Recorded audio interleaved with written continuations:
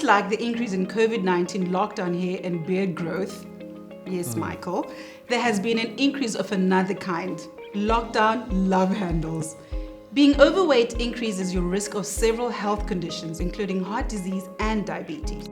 The reason why increased weight gain is linked to increased risk is complex, and there are multiple mechanisms, but one of the most important factors is that excess fat causes resistance to insulin, the hormone responsible for regulating metabolism. When the body accumulates excess fat as a result of an unhealthy lifestyle, it's either stored in fat cells where it's relatively safe or deposited in tissues such as the liver and muscles, and that's where the problem starts. Yeah. In the liver, fat encourages your body to increase production of glucose, while in the muscle, excess fat interferes with the normal action of insulin.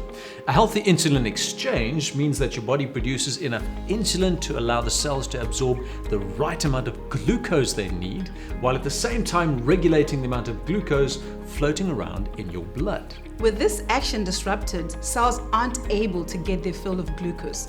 This causes blood glucose to rise, which forces the pancreas to overproduce insulin in an attempt to bring it back down to normal. And because cells aren't used to having such a lot of insulin floating around, they start to become resistant to it. With less glucose being absorbed, blood glucose concentrations go up and insulin production increases. And so the cycle goes. The wheels on the bus go round and round. It's exhausting just thinking about it, so you can imagine how your body feels. That is true. And carrying around extra kilos is one thing, but when it comes to your health, what's important is not only how much fat you're carrying around, but it's where that fat is. Weight that sits around your waist carries a lot more weight, excuse the pun, in terms of disease risk. Independent to how much you weigh on a scale, waist size is an indicator of the amount of visceral fat or deep fat stored in your abdomen around your internal organs. It's this kind of fat that is the risky type of fat.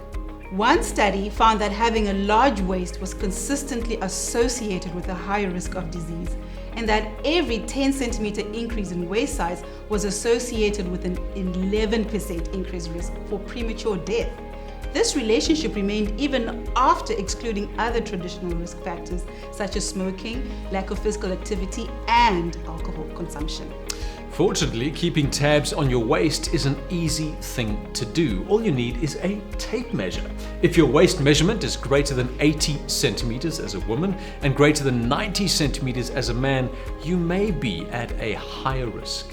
The bad news is that there is no special diet or exercise you can do to work your waist away. The good news though is that belly fat is usually the very first to go when you embark on an overall weight loss strategy. And of course, the best way to do that is through a combo of diet and exercise. No quick fixes. Eating a diet full of unprocessed and fresh foods combined with being more active is the most reliable, sustainable, and effective way of losing weight around your waist and everywhere else.